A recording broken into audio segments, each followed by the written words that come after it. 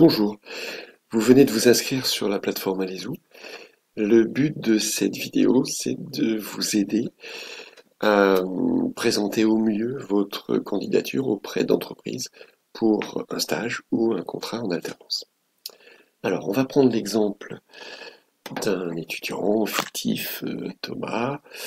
Alors, on peut déjà voir qu'il n'a pas déposé sa photo. Je vous conseille de le faire. Il n'y a pas de souci au niveau de la confidentialité. Les entreprises ne peuvent pas consulter les CV et les photos des candidats comme cela. Ils n'y ont pas accès. Ils n'y ont accès simplement si vous faites acte de candidature. Voilà. Donc c'est une démarche volontaire de votre part qui va rendre visibles vos informations. Donc vous pouvez déposer une photo sans souci. Pour ce faire, il vous suffit d'aller sur mon compte et puis de télécharger une photo en allant la chercher sur votre disque dur. Voilà. Alors c'est pareil pour le CV, hein.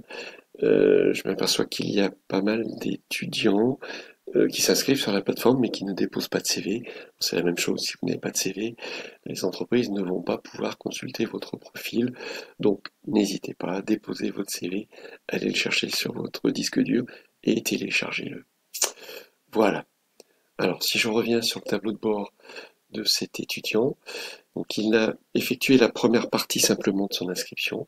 Il reste à faire la deuxième. Donc on va le faire ensemble. Cette partie vous permet de vous positionner soit sur un stage, soit sur un contrat en alternance. Alors on va choisir un stage.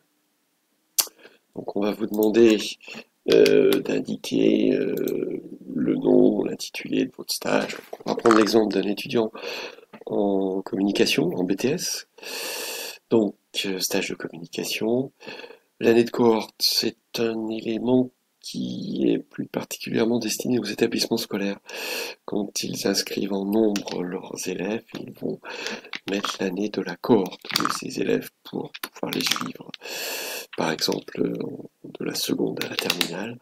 Donc là, si vous voulez le remplir, vous mettez l'année en cours, mais ce n'est pas indispensable. Alors, vous allez aller chercher votre établissement scolaire. On va considérer que vous êtes parisien. Voilà. Et donc, un établissement à Paris avec un BTS communication. Voilà. Donc, votre formation, donc c'est un bac plus 2. On va dire première année. Domaine d'activité, bien c'est la communication. Et donc, on va retrouver le BTS communication. Vous pouvez faire la même chose pour toutes les licences ou tous les masters. Le stage recherché, donc durée inférieure à 1 an, c'est bien. Le domaine d'activité de l'entreprise dans laquelle vous souhaiteriez faire votre stage. Alors, pour un BTS communication, ça peut être une agence de publicité, mais ça pourrait être n'importe quel domaine d'activité de n'importe quelle entreprise. Les départements recherchés, donc dans lesquels vous acceptez de vous déplacer pour faire votre stage.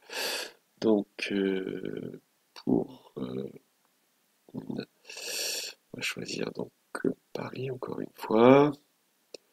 Voilà, on peut rajouter un département ou deux. Voilà. La suite d'éléments ici, ce sont des critères donc que vous pouvez remplir, ce n'est pas obligatoire. Ce sont plus particulièrement des critères remplis par les établissements scolaires quand ils inscrivent leurs élèves ou leurs étudiants. Pour les handicaps, voilà, c'est ici. Et puis vous validez. Voilà, donc les informations sont enregistrées. Donc si je retourne sur le tableau de bord, voilà, le processus d'inscription est terminé, l'ascenseur horizontal a disparu. Alors il vous reste une chose importante à faire, hein, puisque si vous en restez là, vous allez être passif, hein, vous allez attendre qu'une entreprise vous contacte pour vous proposer une offre de stage. Donc, il est préférable que vous soyez acteur de votre recherche de stage et donc que vous recherchiez une entreprise. Voilà. Donc on vous propose les dernières entreprises inscrites. Et puis vous avez sur la gauche deux moteurs de recherche, un moteur par secteur d'activité, un moteur par diplôme préparé. Le moteur par diplôme préparé est peut-être plus judicieux pour cette recherche.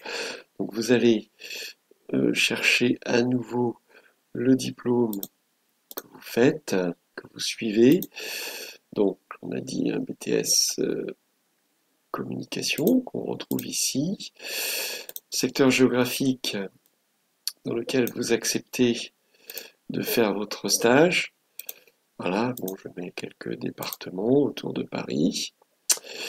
Et puis vous cliquez sur rechercher et vous allez avoir les entreprises qui sont à la recherche d'étudiants dans votre formation pour un stage. Alors vous pouvez évidemment cliquer sur l'entreprise, voir les informations qu'elle a entrées. Voilà, on s'aperçoit qu'elle recherche bien un étudiant en BTS communication. Alors vous pouvez le faire pour plusieurs entreprises. Celle qui vous intéresse vraiment, par exemple celle-ci, vous pouvez l'ajouter pour la mettre dans votre classeur. Donc si je reviens et que je vais dans l'espace stagiaire, j'ai bien le compteur qui s'est mis à jour et l'entreprise qui apparaît. Vous pouvez rajouter autant d'entreprises que vous voulez, elles ne sont pas au courant. Et si donc cette entreprise vous intéresse, vous pouvez proposer votre candidature. Donc il suffit de cliquer ici. On va vous demander d'aller chercher votre lettre de motivation. Alors c'est pareil, vous allez la chercher sur votre disque dur, vous la téléchargez et vous validez. Alors je ne vais pas le faire puisque c'est une véritable entreprise et un étudiant fictif, donc ça ne le ferait pas. Quand vous allez cliquer sur valider, qu'est-ce qu'il se passe? L'entreprise va recevoir un mail automatique l'informant qu'elle a reçu la candidature d'un étudiant. Donc elle va pouvoir consulter votre fiche de candidature sur son tableau de bord. Donc elle va pouvoir regarder votre CV, votre lettre de motivation et si vous l'avez déposé, votre vidéo. Si votre candidature l'intéresse, elle va donc vous proposer pour un entretien. Vous allez donc recevoir un mail automatique et voir apparaître sur votre tableau de bord la fiche de cette entreprise, mais cette fois-ci dans cette colonne. Et vous allez pouvoir la contacter pour un entretien. Voilà, j'espère que cette vidéo vous aura aidé à trouver une entreprise pour un stage ou un contrat en alternance. Je vous remercie et je vous dis à bientôt.